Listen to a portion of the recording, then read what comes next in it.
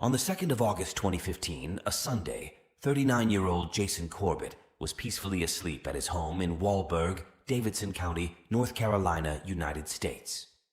His household included his wife, Molly Martins, their two children, 10-year-old Jack and 8-year-old Sarah, and Molly's parents, Tom and Sharon Martins. Originally from Limerick, Ireland, Jason had enlisted the help of Molly Martins as an au pair following the tragic death of his first wife, Margaret, who succumbed to an asthma attack. At the time, Molly was 24 years old. Jason, needing assistance in caring for his young children, who were 3.5 years old Jack and 1.5 years old Sarah, brought Molly from Knoxville, Tennessee, United States to Ireland. Over time, a romantic relationship blossomed between Jason and Molly. In 2011, the family, including Jack and Sarah, relocated to Davidson County, North Carolina, as part of Jason's job as the plant manager for an international packaging company. The same year, Jason and Molly tied the knot. The Corbetts appeared to be leading a fulfilling life in North Carolina. Jason dedicated his efforts to his role at the packaging plant, while Molly took on the responsibilities of caring for the children and also found joy in coaching a children's swimming team. In the early hours of that morning, the 2nd of August, a 911 call was made at 3 a.m. Tom, Molly's father, made the call. He told the operator, My daughter's husband, my son-in-law, got in a fight with my daughter. I intervened, and I think, and he's in bad shape. We need help. He's bleeding all over, and I may have killed him." A paramedic team was dispatched to the scene, and Tom and Molly were prompted by the emergency dispatcher to administer CPR until they arrived. Unfortunately, there was nothing to help Jason. He died from multiple blows to his head. Tom and Molly were taken to the police station in separate patrol cars. Molly recounted what happened that night at their home. Around 3 a.m., 8-year-old Sarah came down to her and her husband's bedroom door. She was having nightmares again, and Molly went up to the room with her to comfort her. When Molly returned, Jason was angry about being woken up. From that point on, a row broke out between the couple, and Jason attacked Molly and began choking her. The screaming and noise was heard by Tom. He entered their bedroom with a baseball bat in his hand. Tom, 65, confirmed what his daughter said while sitting in another interview room. He told his wife to stay in the room when he woke up to screams upstairs and decided to find out what was going on. He heard Jason threatening to kill his daughter, so Tom brought along a weapon for protection, a metal bat. Tom entered the bedroom just as Jason was strangling Molly.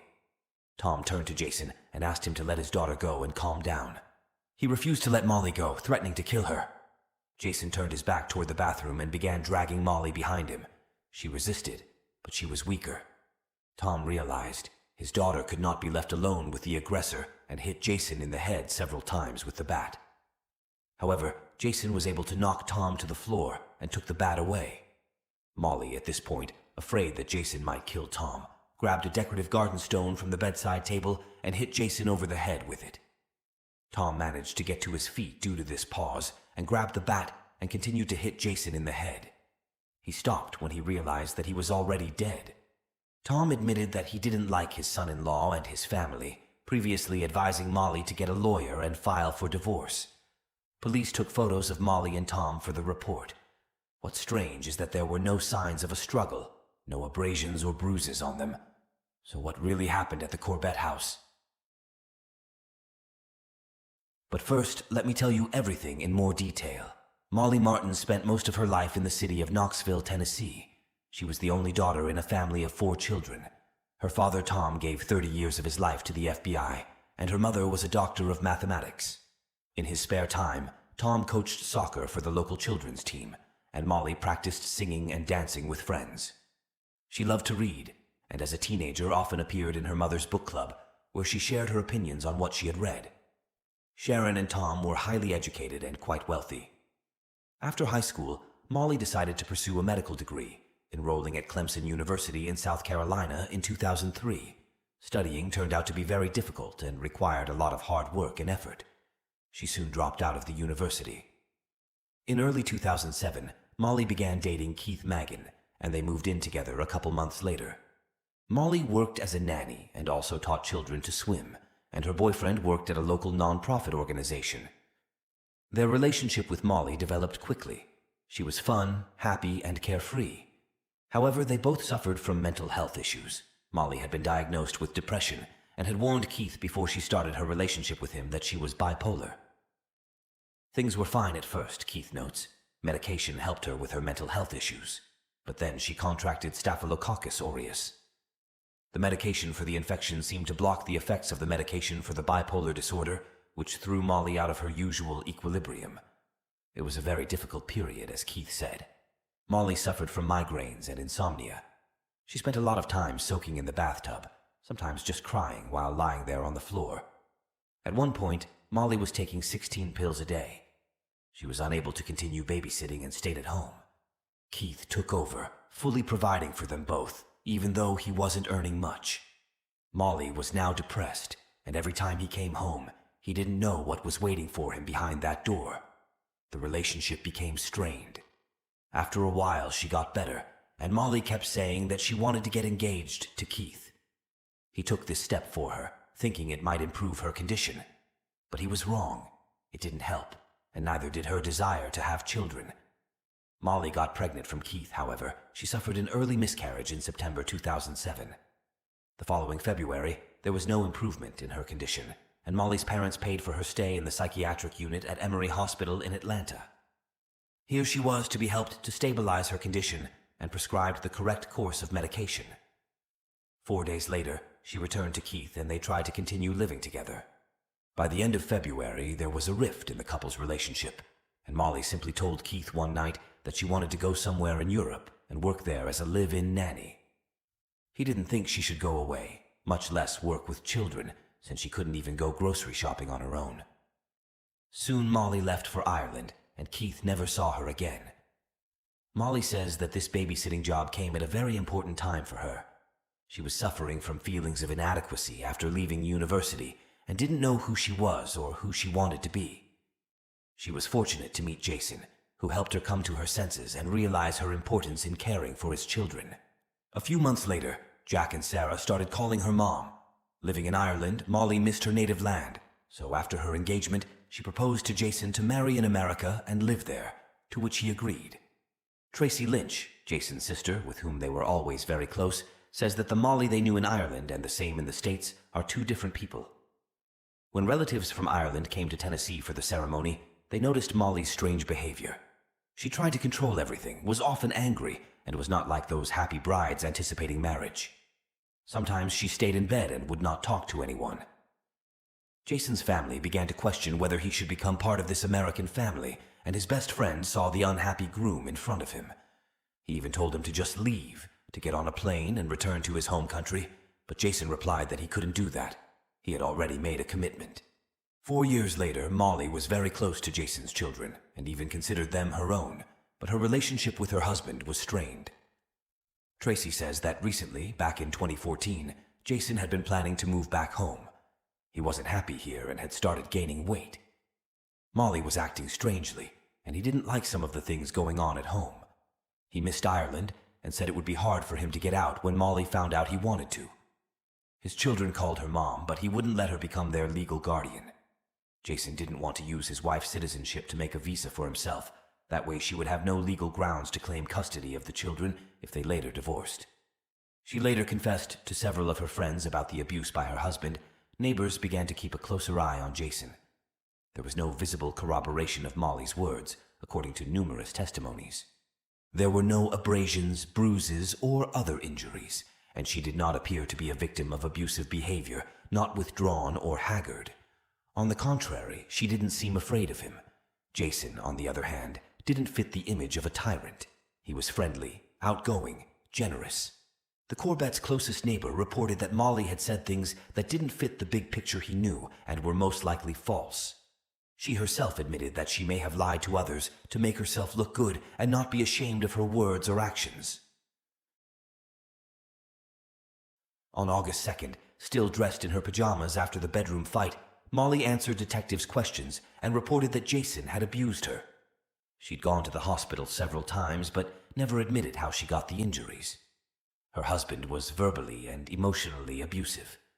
According to her, he sometimes sincerely apologized to her.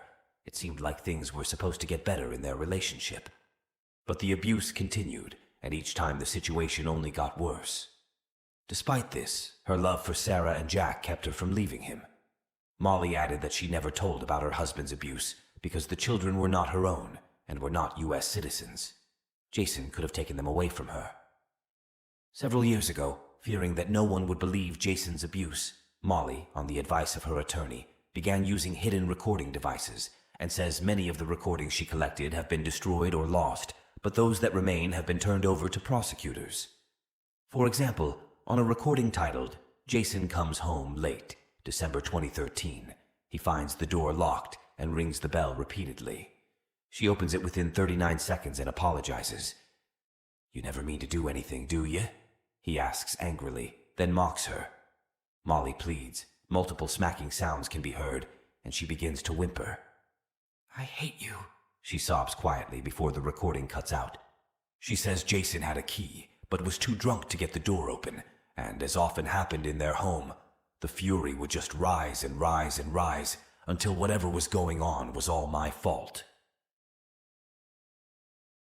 4 days after their father's death, 10-year-old Jack and 8-year-old Sarah were interviewed twice by state authorities. The interview was conducted by an authorized social worker. The children described their father's aggression, ongoing problems in their parents' marriage, alleged verbal, emotional, and physical abuse on his part. And perhaps more importantly in all of this, the children understood and recognized these problems. Sarah, in response to questions, explained that Mom didn't want to wake Dad up, or he would get very angry and say, "Why are you waking me up?" Jack had witnessed the use of physical force by his father on 1 or 2 occasions. The social worker asked a very important question to summarize what was said. Did anyone teach them or ask them to answer certain questions in a certain way? Sarah answered, "My mom asked me to only tell the truth." A few years earlier, Jason had designated Tracy as the legal guardian of his children in the event of his death. She knew Molly wouldn't give them up without a fight. Tracy immediately flew to North Carolina and petitioned for custody of the children, and Molly did the same. 16 days after Jason's death, Tracy became the guardian of Jack and Sarah, and they moved back to Ireland. In January 2016, Tom and Molly were charged with second-degree murder. Tracy believes that Molly learned of Jason's plans to return to Ireland with the children, but without her. Then a plan was devised to get rid of him. Molly had long wanted only her children, not her husband. In July 2017, Molly and Tom went on trial for the murder of Jason Corbett. The prosecution offered a very different story of what happened, which did not include a narrative of strangulation and self-defense. Prosecutors relied almost entirely on forensic evidence, which included photographs of Jason's body and gruesome signs of a struggle in the bedroom. According to the pathologist's report, Jason was struck at least 12 times in the head. The exact number could not be given because he was hit in the same spot over and over again. The skull shows noticeable cracks and severe bruising, comparable to injuries sustained by someone who has fallen from a great height or been in a car accident. A blood spatter expert says that at one point in time, Jason's head was 30 or 45 centimeters off the floor, and he continued to be struck. According to prosecutors, Jason was first struck while he was still in bed, sedated. Jason's system, as confirmed by toxicology tests, contained a sedative prescribed in Molly's name 2 days before the tragedy.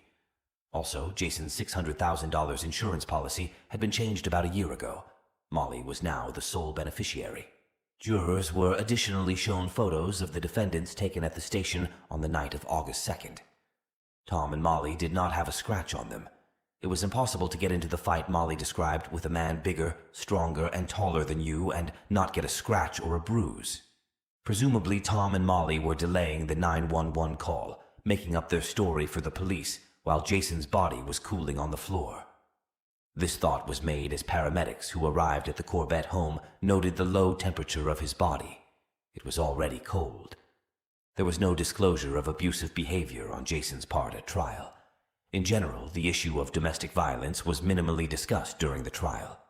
Tom, in his testimony, claimed that Jason had a great deal of control over Molly. He noticed bruises on her body but could not understand where they came from, although he admitted that he had never seen physical aggression on Jason's part except on that August night. Before sentencing, Molly said, "Incidents like August 2nd happened quite regularly. The only difference is that this time my father was in the house." In defense of his clients, the attorney pointed to a photo from the station where Molly had a red mark on her neck, confirming strangulation. 2 weeks before the incident, Jason had a standard physical exam, and the doctor claimed he had been under stress lately. He complained of uncontrollable outbursts of unreasonable anger. The autopsy found marks on Jason's left arm, indicating that he was defending himself, but not on his right arm, which he allegedly used to hold Molly by the neck. 9 days of testimony, arguments, photos from the scene of the tragedy, and the jury left to deliberate after spending less than 5 hours in the room. They found Tom and Molly guilty. Both received sentences of 20 to 25 years in prison, the court ruled. A few days after the verdicts were announced, the lawyers filed an objection to the court's decision, the main argument being judicial errors. In particular, incorrect actions of the jury. They violated the judge's instructions. Even before the verdict was announced, one of the jurors gave an interview and said to journalists that some of them had already discussed the case in private conversations, which is strictly prohibited. But the court denied the motion. In January 2019, the appeals court only allowed the defense and prosecution to present oral arguments in Molly and Tom's case. The defendants themselves were not in the courtroom. Each side had only half an hour to present their main arguments. On February 4th, 2020, the North Carolina Court of Appeals reversed Tom and Molly's conviction and ordered a new trial, specifically because, among other errors in the first trial, evidence that Jason may have been violent toward Molly was excluded. A year later, the North Carolina Supreme Court upheld the appellate court's decision, despite a challenge filed by the state. It ruled that the exclusion of certain evidence at trial and the erroneous inclusion of others may have prevented Tom and Molly from presenting a meritorious defense, and their words of self-defense thus had little evidentiary basis. In turn, the jury was not fully informed about the evidence, and they were unable to fulfill their constitutional function. In all, Molly and Tom spent 44 months behind bars and were released on $200,000 bail each in April 2021. It is important to note, with so much emphasis on interviews given by two young children shortly after their father had just died, and while in the custody of Molly's family, that both Jack and Sarah have since recanted the statements they made. They said that they were coached to lie about domestic abuse. They have since told the Davidson County District Attorney's Office from their residence in Ireland that Molly coerced them into making those statements which were completely false, and that it was actually Molly who had been abusive. In November 2023, a new trial took place, where the judge ordered Molly Martins and her father Thomas to prison for a minimum of 7 months. After an emotional final day of sentencing hearings, the pair were let out of a North Carolina court in handcuffs on Wednesday, receiving sentences ranging from 7 to 30 months for the voluntary manslaughter of Jason Corbett. This is in addition to the 3.5 years Molly and Thomas have already served after previously being convicted of murder. What do you think about this story? Share your opinion in the comments.